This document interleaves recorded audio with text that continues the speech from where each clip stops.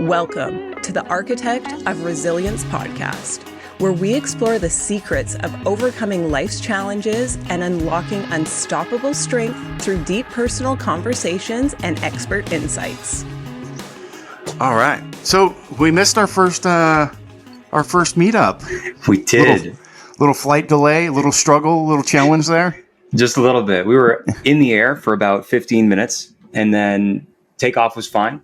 And this really odd, definitely out of place, buzzing, humming came from like behind the lavatory. And I was 2 rows up from it. You could hear the flight attendants being a little worried about it, which wasn't super comforting. And then they tried to figure it out. Captain came on. I figured I was just settling in for a 5-hour flight. And luckily I had headphones. So I was just going to try to tune it out. But turned it around. Yeah, got in the way. Things out of our control. Yeah. My last flight back into Portland, I think it was the flight before me or the flight after me on Alaska was the one that the door flew off the plane. So, that was in the news. I told my kids, I'm like, no, that was on my plane. Really? I shouldn't have done that, I guess. But oh, it's wild stuff. Wild stuff. Yeah. Well, speaking of wild stuff, I when I first started following you, it was just random. One of those things popped up in my feed, and there a guy was that looked like he was dead, like emaciated beyond belief. It looked like your arm was being eaten by something, and then it transitioned to you like being in the gym and lifting, and this journey piece on this post, and so. Tell me about this story. I know you're a physiotherapist, you're a strength coach, but tell me about what was going on at this period of time. Yeah. So it started in January of 2023. It was the day after New Year's.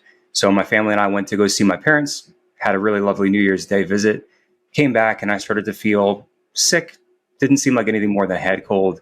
And didn't think really much of it because my wife and my 3 daughters, they all got sick too because, it was a season where that kind of happened. But then a week later, where they were all getting better, I was getting worse. And at first, it was the usual sort of head cold symptoms where I was feeling a little stuffy, had some malaise, some fatigue. But then it turned into insomnia. And I've never suffered from insomnia before, so that on its own was kind of weird. Fever, chills, swing up and down.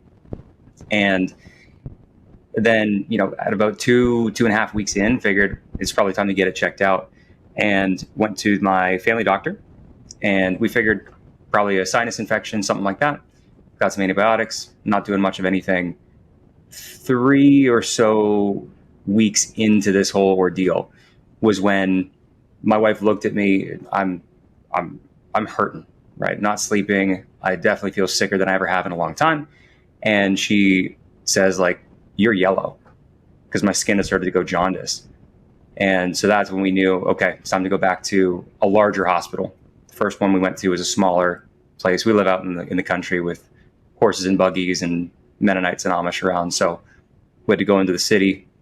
And within a few hours, I was admitted to the ER. Heart rate was racing, definitely not in a good state. And it took us probably about 3 or 4 days to land on a diagnosis. But I was, fast forwarding a little bit, on life support 6 days later after admission in the ICU. And organ failure, the jaundice was from my liver shutting down, my kidneys were shutting down, my spleen was massive. And for anybody who's less familiar, it's the largest lymph node in your body. So there was something going on. And then later found out it was HLH, which is this really rare autoimmune-ish condition. It's technically a hyperinflammatory syndrome. And yeah, it's deadly. It's got a pretty high mortality rate. So it all happened pretty quick. Yeah, what is it? Hemophagotic lymph. I can't pronounce it. Haven't heard about that. So how long were you in? What were the impacts of this? And then were there any complications? Yeah. So you got it. It's a mouthful. It's hemophagocytic lymphohistiocytosis. And yeah, so basically the etiology of it is there's primary and secondary. Primary is genetic, and that can show up, it usually shows up for infants or newborns. Mine was secondary, which is the most common in adults. And it can be caused by either infection by a virus, and the Epstein Barr virus is a pretty common one, which is what happened to me. It's the virus that causes mononucleosis, which the first hospital we went to, that's what they diagnosed me with. But yeah, it can either be infection or caused by a malignancy or a cancer or another autoimmune condition. So basically what happens is it leads to this inflammatory storm. I believe a cytokine storm is part of the cascade that happens. And it leads to this wonky signaling where macrophages and other cells of the immune system are going to attack healthy cells, particularly the red blood cells. And that can affect usually kidneys, livers. It's a multi-system thing, and it moves pretty quickly. So based on the research that I saw after the fact, because I never knew this was a thing, through both PT school and then also just being a healthcare provider, I'd never encountered it before. Most people hadn't. But after the fact, the research seems to show that based on the case studies that do exist, which are pretty sparse, unless there's early intervention, it moves pretty fast. And yeah, the mortality rate gets pretty high. Yeah, I would imagine so. I mean, I'm sure you had some exposure to it being pretty life-threatening while you were there, right? They don't hide that sort of thing from you, I'm guessing. And how are you dealing with the physical nature of it, impacting you, and then the mental aspect of of dealing with being in that situation? Yeah. On the front end, the physical stuff was definitely the most pressing, because the mental side of it, my challenge with that came later, because of how sick I was when I first got into the hospital and how fast it moved, a 6-day span from admission to life support.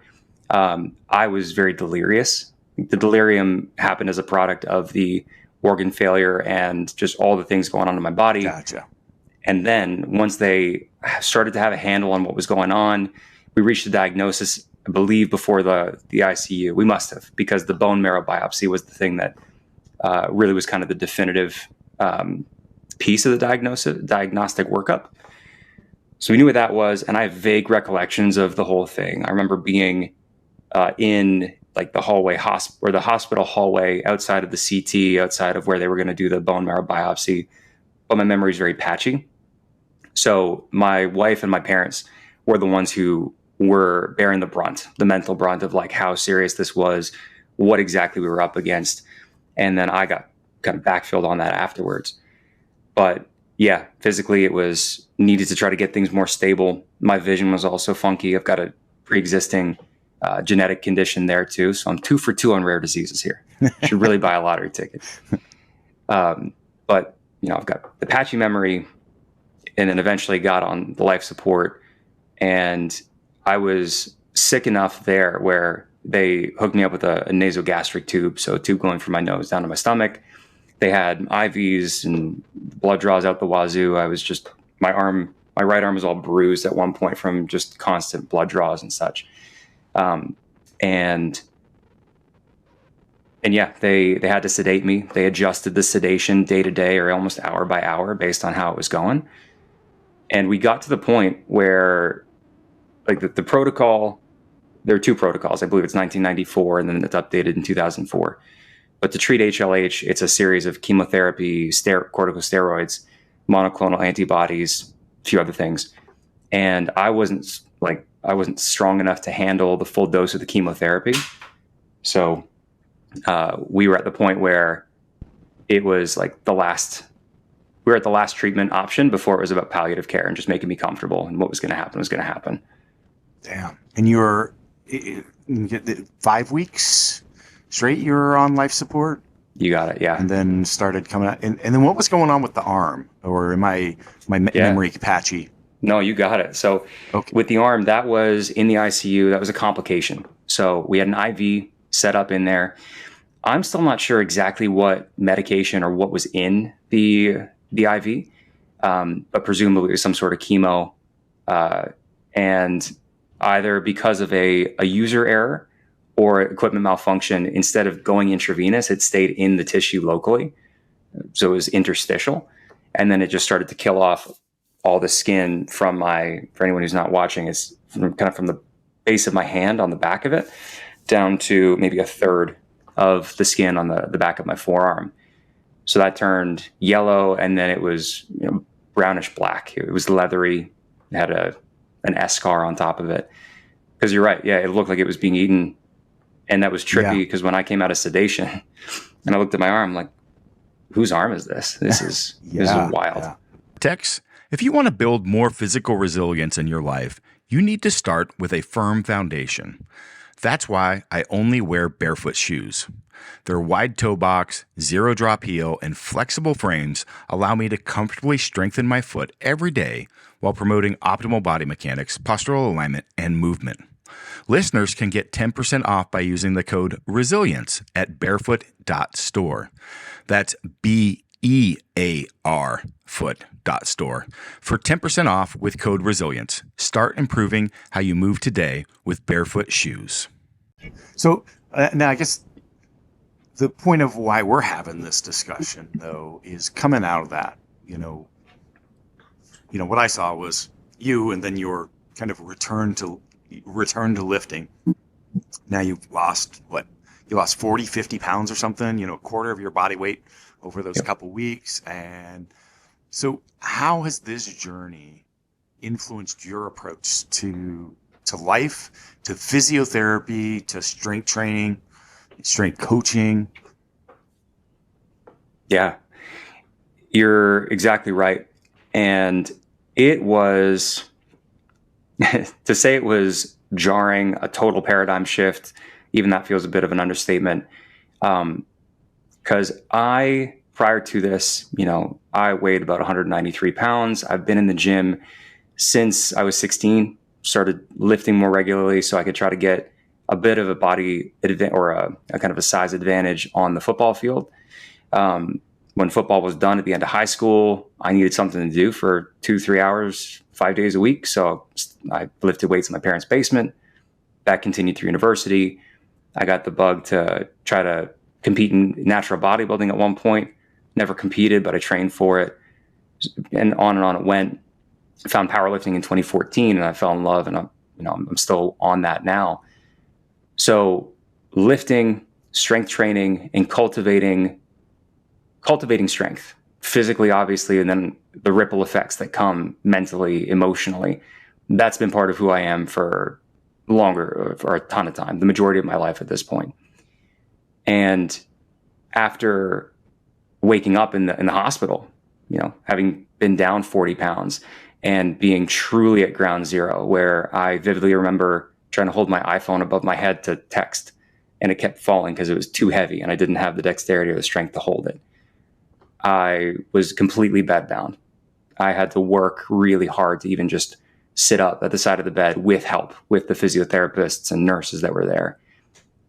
So, man, that's just got to be a mind fuck after you went in as this is your life it revolves around being physically strong, and you wake up one day and it's taken from you, beyond, you're not just. It's exactly what it was. I can't imagine the level of dream or nightmare that would be, waking up with just suddenly everything's gone. That's it. And it was a total mindfuck. I woke up, it felt like I was in somebody else's body. And then as I got backfilled into what had happened, it was kind of like getting the details of a bit of a nightmare, except, I'm living it now. And that's how it felt. It might sound dramatic, but that's truly how it was at the time.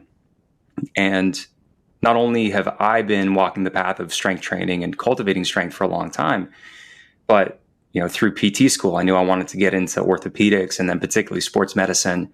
And that turned into a focus on helping lifters and strength athletes specifically, or anybody who was interested in being stronger, how to come back from injury, how to become their strongest self. So that was what so much of my life revolved around.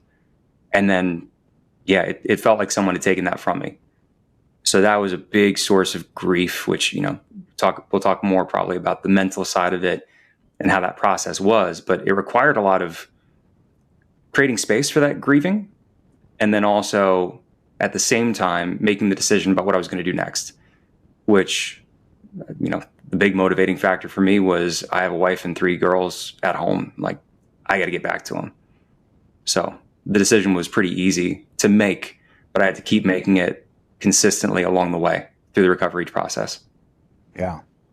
Well, does that force you to look at your own identity in different ways? Because it is so easy for us to wrap our identity around the things that we do, as well as kind of the physical nature of ourselves. Did it cause any level of introspection or discovery as it relates to, the underlying, your values and who you are as a person?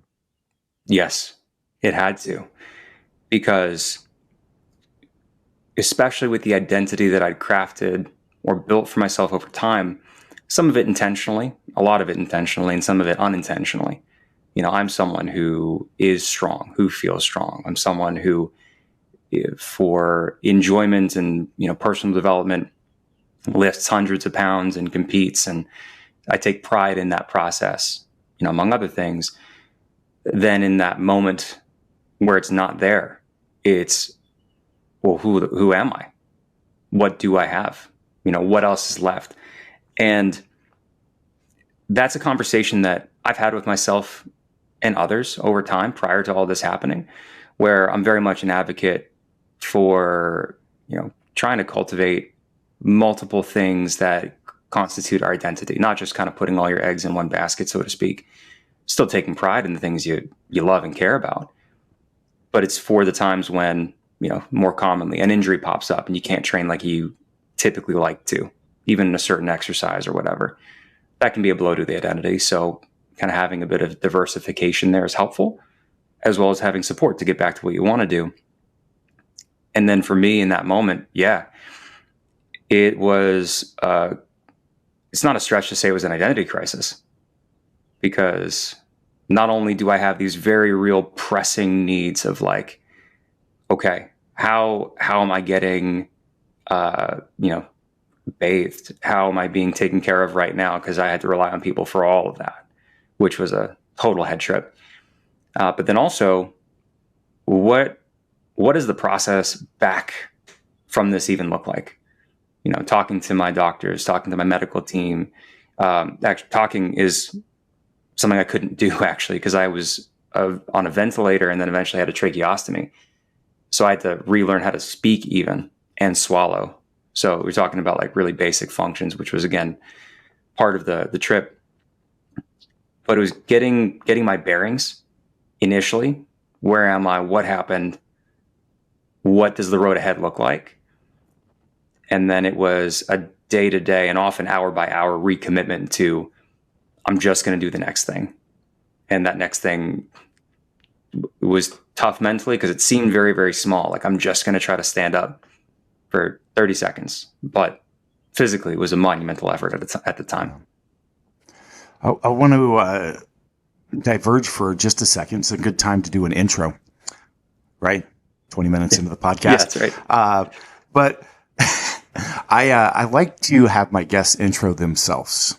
And I felt it would be great to hear your story before doing the intro. And the reason I like to have our guests do intro themselves is to talk about who you are without the resume, without the things that you've accomplished, but who are you from a values perspective, and how does that interact with the world?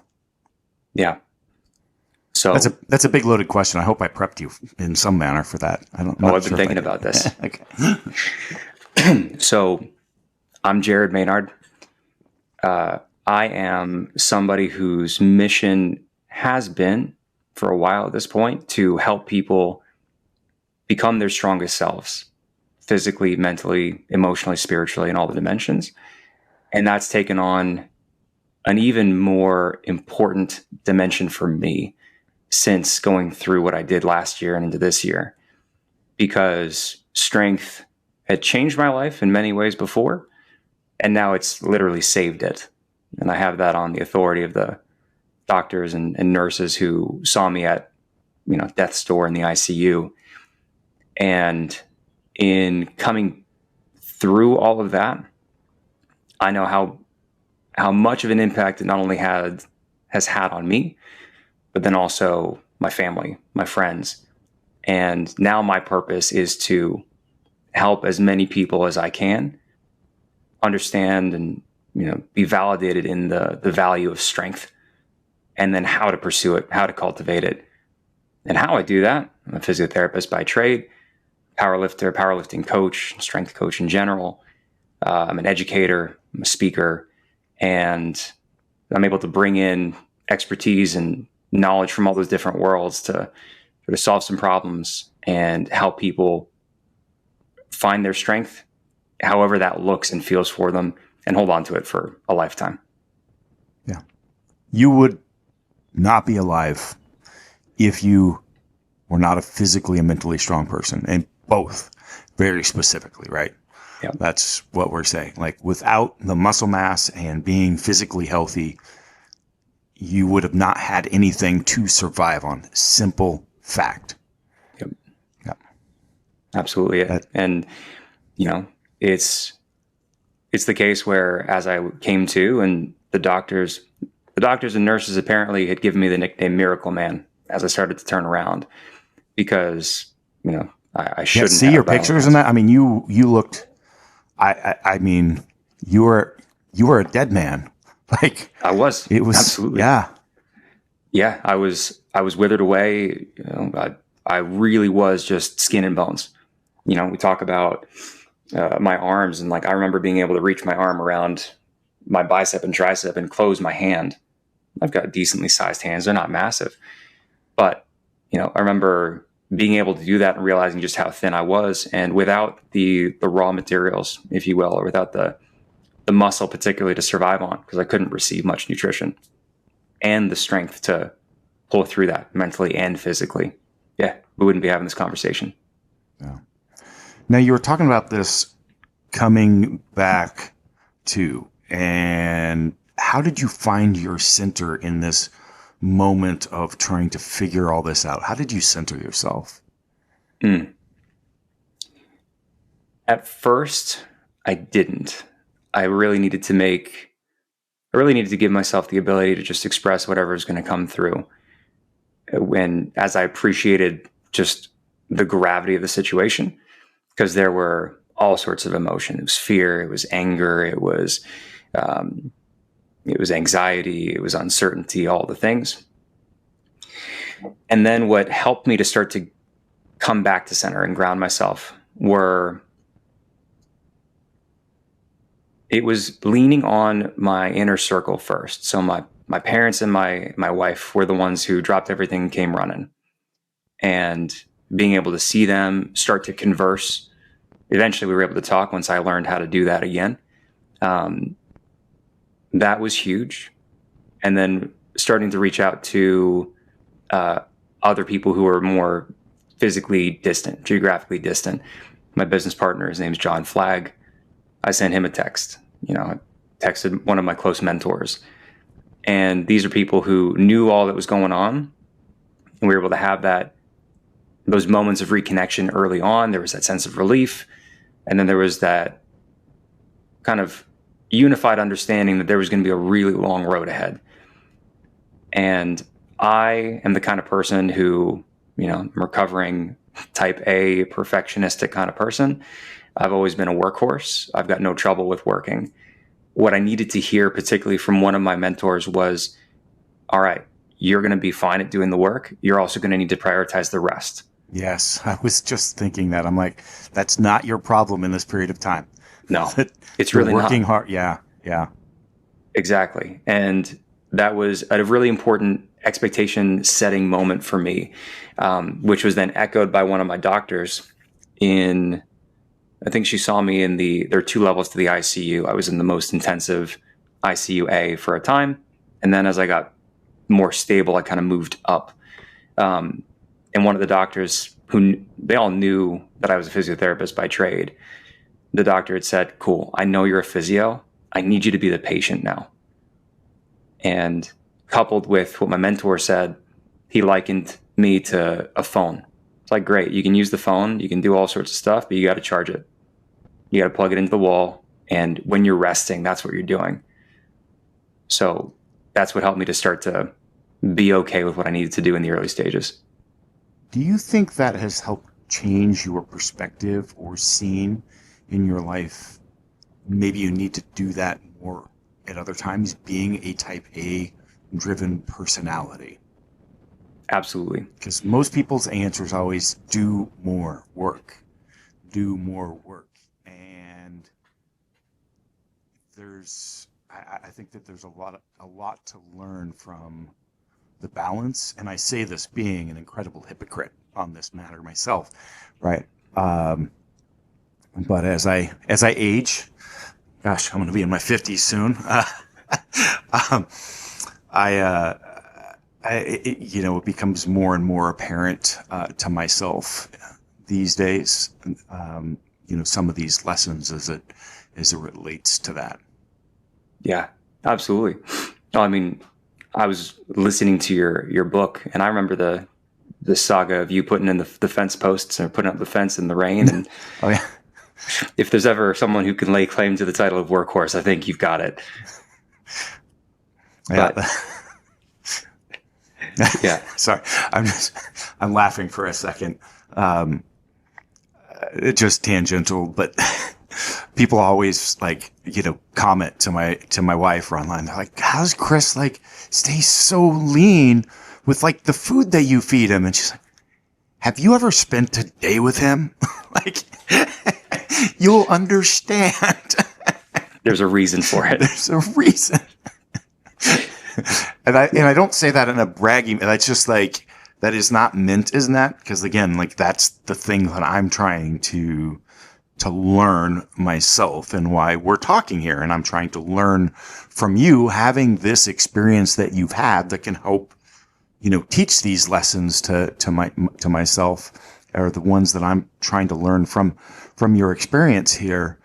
And it's a funny visual that for me to see and connect. And yeah, totally. I'm rambling. No, I love it, and I can relate for sure in terms of the kind of the base or the default setting of more is better. And I think it's been a tough thing for me to reconcile for myself prior to all this, and even still afterwards, because I think we'd both agree hard work, sustained hard work is necessary, and it's what's actually going to move the needle towards anything that's worth having or any achievements that you want in any discipline of life. And also, yes, that since all this went down for me, it automatically imposed constraints where I now physically couldn't do as much as I wanted to in the early days. And now I can, thankfully. I've made a pretty full recovery here. There's still a couple of things I'm working through, but even so, the lesson that I've taken from that, one of the lessons, is that I need to stop myself. Let me phrase that better. I need to prioritize the rest, and more so than I have before. And that more is not always better, but more specifically, I can do better for longer in my business, in my training, for my family, for the things that actually matter, when I pair the focused work bouts with commensurate recovery. And I was much more willing before all this to just plow through. And if I'm working late, I sleep little, and it just kind of snowballed. And I mean, plain and simple, I just can't afford to do that anymore. Let's dive into the world of optimizing your overall health With pushing my physical limits, I encountered significant reductions in my health, and I reached out to Merrick Health as the premier telehealth service. I loved their personalized health coaching from the comfort of my home. They empower you with the choice of self-service diagnostic labs, or what I chose, the guided optimization with expert interpretations of blood work, health coaching, and with medications delivered to my door. Merrick Health is your partner in optimizing your health. Listeners can seize a fantastic 10% discount off their first blood work with code RESILIENCE at merrickhealth.com. That's code RESILIENCE for 10% off. Well, and you said something there, the things that really matter. So when you're in that work mode, what I see is a lot of people that more is better, and they'll take on everything. And that's something I'm always trying to preach, is understanding, like, what truly are the things aligned for you, so that that you're investing those efforts in the right areas, because there's so much work that can be done that is not moving you anywhere. You know, if you're thinking about that distant peak or that place you're trying to travel to, like, it's making sure every step of those million steps is one in front of the other going that direction. It's not a sprint, you know, but it's making sure that you're not just walking sideways, you know, burning so much effort and time. And that's where I see people lost. And that's where my intro, having the guest, is very specific around understanding that deeper, who are you? What are you trying to give in this world? And at the same time, what are you getting? Right. Yeah. And so, yeah, that's me on my soapbox for a moment. But what else have you looked at as far as your non-negotiables in regards to building resilience and strength, from the change from how your perception was before to maybe changes that you look at differently now? Yeah. I've identified more of a non-negotiable in saying yes to the things that I actually want to give my time and energy to. And, you know, we've all heard the saying, you know, you don't know how much time you actually have, or we have here on this planet. And it took on a new dimension for me last year, right? And to the point where it'll be upside down here, but I don't know how well people can see that. I got the phrase "memento mori" tattooed on my arm, a Stoic phrase I've loved for a long time. And it literally means, remember, you must die, if we take that translation from Latin. And it can sound morbid, and in a sense it is, but it's meant to give us the lens to look through so that we're living intentionally, because we're all going to reach the end at some point. We don't know exactly when it's going to be. So in the meantime, the motivation is to put your time and energy where it matters, where you're building the legacy or making the impact that you really want to have. So for me, when it comes to, you know, say commitments or opportunities that come up, which maybe aren't really the things that I either want to be or need to be focusing on here and now, it might be a thanks, but not right now. When it comes to my family, this is one thing that I'm still working on and I'm so far from perfect on, is trying to make sure I don't pass up the small day-to-day opportunities to connect with them, to love on them. My girls, my eldest two are 6. We started with twins, and then my youngest is 4 tomorrow, actually. And yeah, you know, such fun ages. Super fun. My daughter, one of the twins, she spat one of my lines back to me the other day, where she wanted to play a certain game and I was exhausted. I wanted to go lie down. And she said, "Daddy, sometimes we have to do the things we don't want to do." And I just thought of the scene from Good Will Hunting, where Robin Williams is like, "Son of a bitch, stole my line." It was great. I love it. But yeah, that's an example of, I want to say yes to my daughters as much as I can within reason, so that down the road, they know that Dad was around. He was present. He was invested. He loved us. And this is part of how we knew it. It's how he showed up for us. So yeah, it's still kind of fresh. And I think I'm still discovering some of the non-negotiables for me, but these are the ones that definitely stand out for me so far. Yeah, still kind of fresh. I mean, it's 2024, still the early half of the year, and we're talking about something of this nature that happened last year. I mean, this isn't 5 years ago. Like that blows me away in itself. Like, we're still seeing you evolve from that moment right now. And so, I want to encourage my listeners to go find Jared on social media, check him out, follow what he's doing. It's a good time to plug where people can find you, Jared, if you want to throw that in there. Absolutely. Yeah. Instagram would be the best place. I'm most active there. Jared.rebuild_stronger. Yeah. Come on over, and I'm an open book too. If anybody has questions, we'd love to just chat either about my story, training, Star Wars. I'm a big Star Wars geek. Anything you want. Awesome. Yeah. That's, I find it wild that it's you're sitting where you are right now already, seeing where you were not too long ago. I mean, that is a very near pass. Yeah, absolutely it is. And it was interesting too, because to put a really fine point on the timeline, I left the hospital May 1st. We're talking on, today's the 23rd, I believe.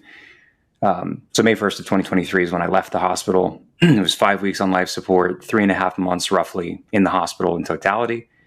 And then when I went home, it wasn't like I was good. I was still bedridden, and like it was a long rehab process that way. It was probably another month and a half until I got back to my gym, which I have in my basement.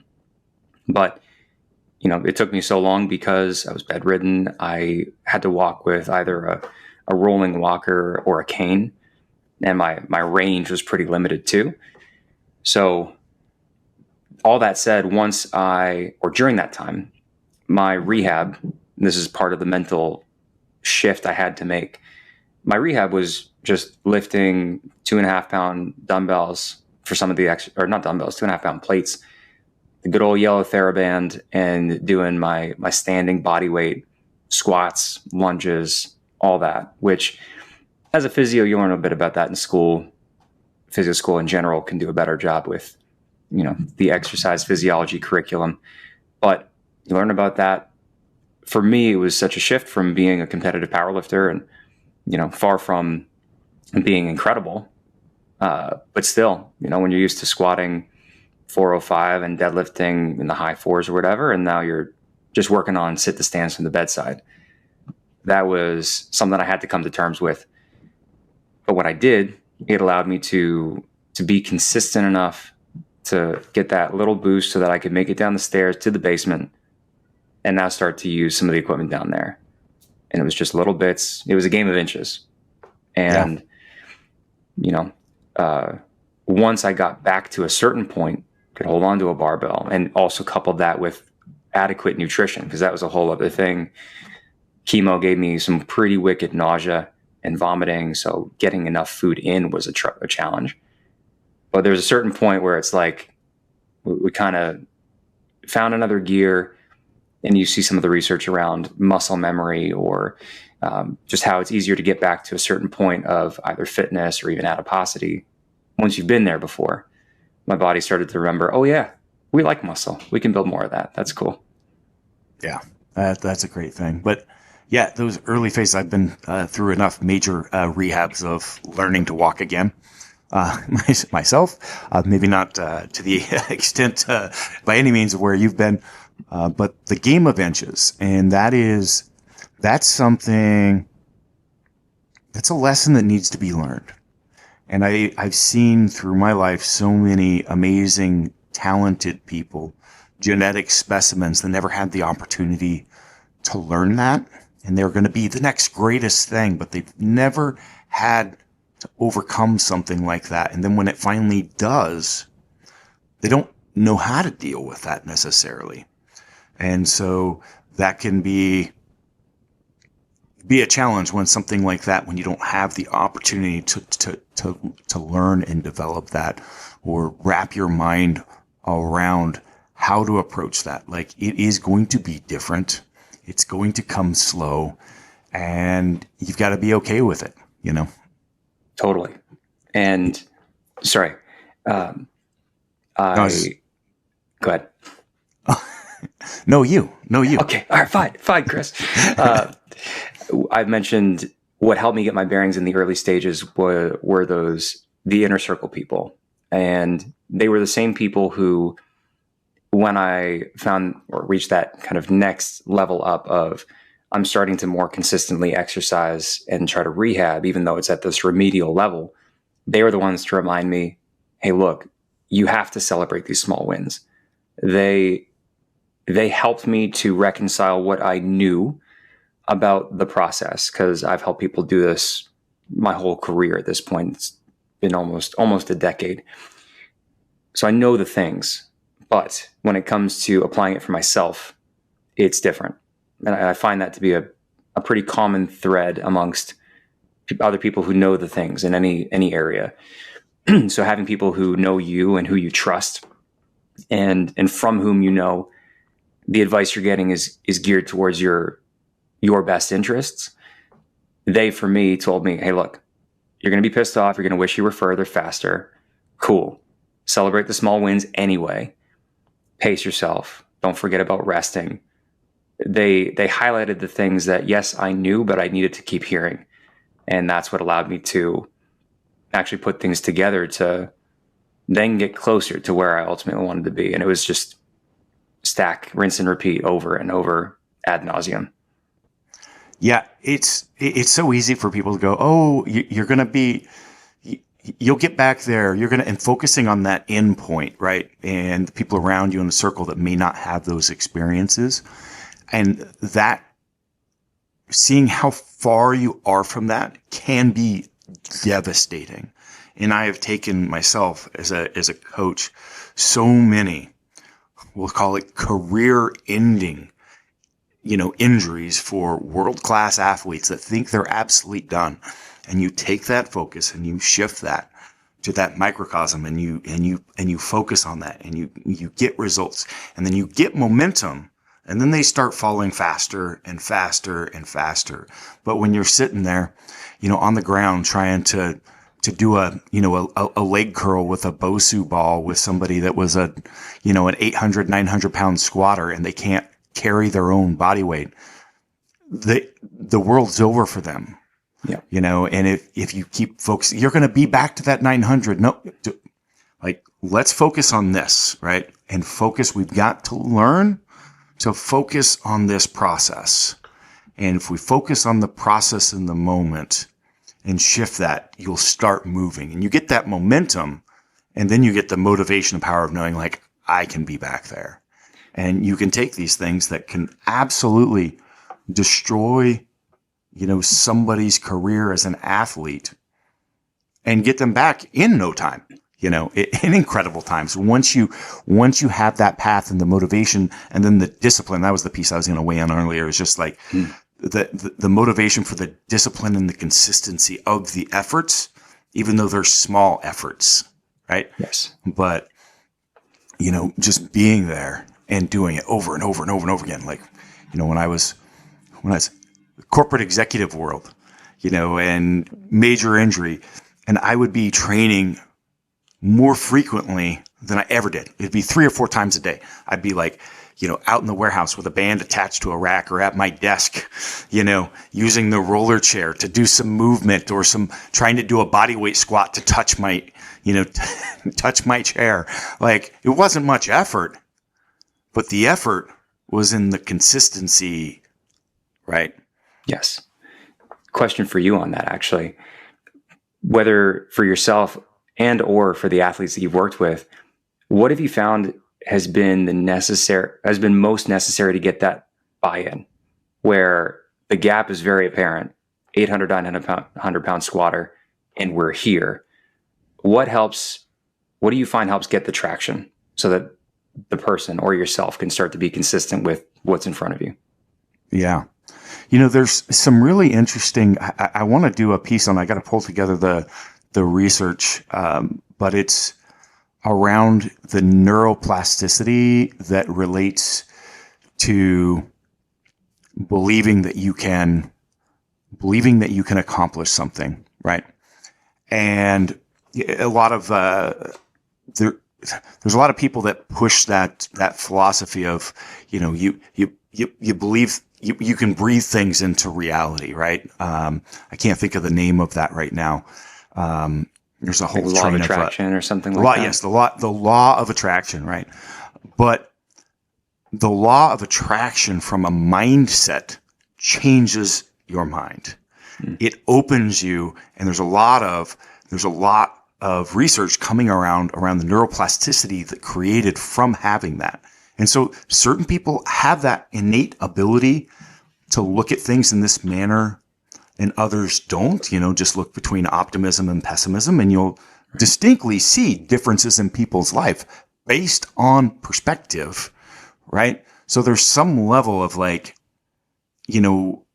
innate personality traits, or, that you can influence one way or the other. You may have more of a challenge with one person than another, right? But for me, I have found, this is the reason, again, for having you on this podcast as well. People believe a path when they see somebody that's walked it before.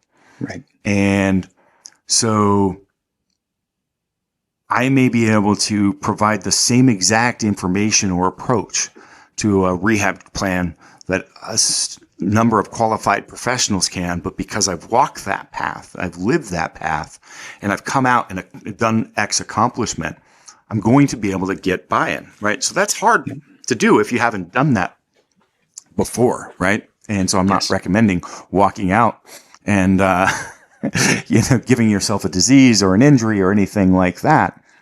But you can also use that referentially as well. Right. So getting those stories, references that you can share with a person. But that is, it's got to be, if you think about it from that law of attraction standpoint, right? Mm-hmm. You're not getting them to buy in. You're getting them to believe in the potentials of the future, right? Right. And so, taking it from, hey, we can accomplish X, but maybe it doesn't come out quite the way that we want, but there's any number of other potentials that may be out there. Just opening the mindset to the potential of a positive outcome in the future. And that's where I think too, just the research around some of this stuff is valuable, because sharing, if you truly believe that you can recover and get back to a certain state, you will. I mean, look at how many, it's crazy. If you look in the athletes and follow them and see an injury and watch how fast they will recover, they'll have a same surgery as a sedentary, non-athletic population, and it will be something. How they approach that. Mm-hmm. And work through that is completely different than somebody that, hey, my knee went out. I went to the doctor. I had a surgery. Okay, now I haven't walked for 2 years. I followed the rehab, but it didn't, but how well did you follow it, the consistency, versus somebody that I did the same thing, and now I went back and set a world record 6 months later. Yeah. Versus the person is I'm still in pain. It's crazy the difference if you just take and split your views and look at the people that that fit in one population, if they have an injury or surgery, and then look at the other, and just trying to open your eyes and open other people's eyes to what that experience is, and going, look, this person over here, these group of people are going to they're going to own their recovery. They're going to own their own body. They're not going to displace it onto somebody else to deliver the results. They own it, and they believe that they are going to get to this point, and you believe that, and it will happen. It changes the chemistry in your body. It changes the chemistry in your mind. It's crazy. And if you say that the wrong way, it sounds like very esoteric, whatever. But the reality from a science-based perspective of what's happening is real. And it just blows me away. Yeah. The differences when you look at those two different population sets, right? One that, displaces, the responsibility for their recovery on somebody else to provide the solutions to them and deliver that result. And another that just owns and believes that they're going to accomplish it and uses those resources as tools in owning that process themselves. Completely. Yeah. The power, the necessity and the power of belief. And using just one example among many, Travis Rogers, who I know you had on here. I was listening to your episode with him recently, with the injuries that he sustained in the surgery. I know you had looked at the stats. Yeah, I pulled the stats on that. Pretty crazy, huh? Yeah. Where for those people that didn't listen to this, a standard is I think it was 50% of people, it might have been 60%, never, this is a double quad detachment from the bone, right? Never returned to full play, return to play or able to do so without stiffness, pain. Standard is being able to walk 2 miles at I think it was a year and a half. Just horrible statistics. And then you got those aren't even standards. Those were actually in the medical literature as wins. Yeah, right. Actually, so I pulled the research for that podcast is actually on my a blog post too that I've got on my website versus somebody that in 12 weeks was operating at a 0.0001% of the population for strength, right? It's just that. The reality is you look at those numbers and you go, that is impossible. And you take somebody that truly believes I am going to do this. And they reached for all the resources and pulled together things. And, but it comes down to the belief in the ownership. Absolutely. And there's some level that you can't do with some people, you can do your best, but there's some people that is not how they operate. And you can do your best. And I think you can have some shifts, but there's some biases that play a role. Totally. Yeah. It has to be the decision has to be internal. You can't decide that for somebody. They have to be ready and willing to step into that role. You could be there to support them and all of that, but you're right. It doesn't play like that all the time. And I really love, especially with you, with your tenure and being who you are in the realm of, the science of lifting and, having the science background, because you can talk about the law of attraction and belief and manifestation. And definitely it can sound kind of woo woo, especially for somebody who's maybe not given to that, or it's the first time they're coming into contact with it. And that's been me in the past, but through, more substantiation of what actually happens physiologically when you adopt that belief. Yep. And when you adopt the attitude of, to quote Jocko Willink, the extreme ownership. All right, I can't control all the things, but I can own how I'm going to respond to it. What can I do? What are the resources at my disposal? Being able to mesh the kind of theory, the ethereal stuff with the science, I think is just more reason for people to hopefully be optimistic for one, and then also be willing to make that decision for themselves in whatever situation they're facing. Yep. And I think that there's some value in that too, in the placebo effect as well, right? And the physio realm, how terrible the nocebo is as well, but that can play a role. A lot of times, just like I promote peptides and things like that, incredibly powerful, but also if you're going through all the work to do that, are you going to be doing all the other stuff too? Are you going to believe in the power? Yes, it's working, but how much more enhancement are you going to get? How much more are you going to focus when you're putting that much effort and money and skin in the game, right? Yep. It all plays a role, right? It does. And then when they come together, that's when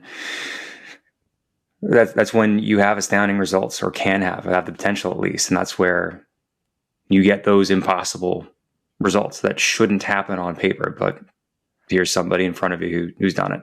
Yep. We're sitting there talking right now. So yeah, that's right. And there's so many outliers. It's like, that is impossible, but nope, there it is. There it is. So, well, we're getting close on the hour, and I'd like to make sure that we cover any other key lessons or things that you'd like to share. Hit again, like where people can find you at, and yeah. Totally. So I think the three things that I'm really taking from certainly the last year, and that have become pretty central to my mission and message that I think people can benefit from, are that one, excuse me, cultivating strength is the best life insurance policy you can take out. I'm not saying don't invest in an actual life insurance policy, just for clarity, but the resilience that you build physically, mentally, if you need them, and we all need them, at multiple points. Hopefully nobody, or very few people, encounter something as dire as what I went through. It's an extreme example, but I think it hits home the point pretty well, where if you need it, you want to make sure you have it, both the physical and the mental and emotional resilience. So cultivating that through practices, certainly through lifting or through training intently, through mindset or meditative practices, things that help you to become a more healthy and grounded individual. That's just, I believe very firmly that that's something that isn't going to steer you wrong, I think, in any capacity. And then also, especially for people who may be similar to me, who have a background of like, I'll do it myself. I'm, the type A, work till you drop kind of person. The importance of opening yourself up to help and receiving help from people who are equipped and willing to give that to you. So that came in the form of my medical team, came in the form of my wife, my parents, but there were rings to it. People who were, I've never met, who were all over the place, geographically, all over the world, actually, who gave support to my family and to me. When I opened myself to that and accepted it, it helped me a lot emotionally, and then also gave me more in the tank to kind of recommit to what I had to do in my rehab process. So those are two things that, in terms of values, in terms of message, I'd love for people to hear that, receive that, think about how that shows up for them in their lives. And as far as where to find me, yeah, hit me up on Instagram, jared.rebuild_stronger, be the best place. Shoot me any messages that you have. I'm an open book, whether it's anything on rehab, lifting, coaching, my story, anything, let me know. Yeah. One last question for you. Have you been coaching anyone as it relates to coming back from maybe not that type of serious things, but related things? Yeah, it's starting to, which is it's a blessing to me. Excuse me, especially as I get to connect with more people. There's somebody who I'm working with now, and he has a couple of autoimmune conditions himself, and we're able to support him. And there's that kind of common ground, even though mine was autoimmune-ish and not a quote unquote true one. We still have that common ground and understanding, so I can help him. There are some other folks that I've heard from and talked to who have either been through HLH or had a loved one unfortunately affected by it. So there's some potential to help people come back from similar situations, which I'm very grateful for, and I don't take lightly, but I'm eager to support people, since that support made all the difference for me. That's awesome. Well, thanks for being on. Really appreciate it. My pleasure, Chris. Thanks for the invite, man. And wish I could have been there in person, but this was a great second place.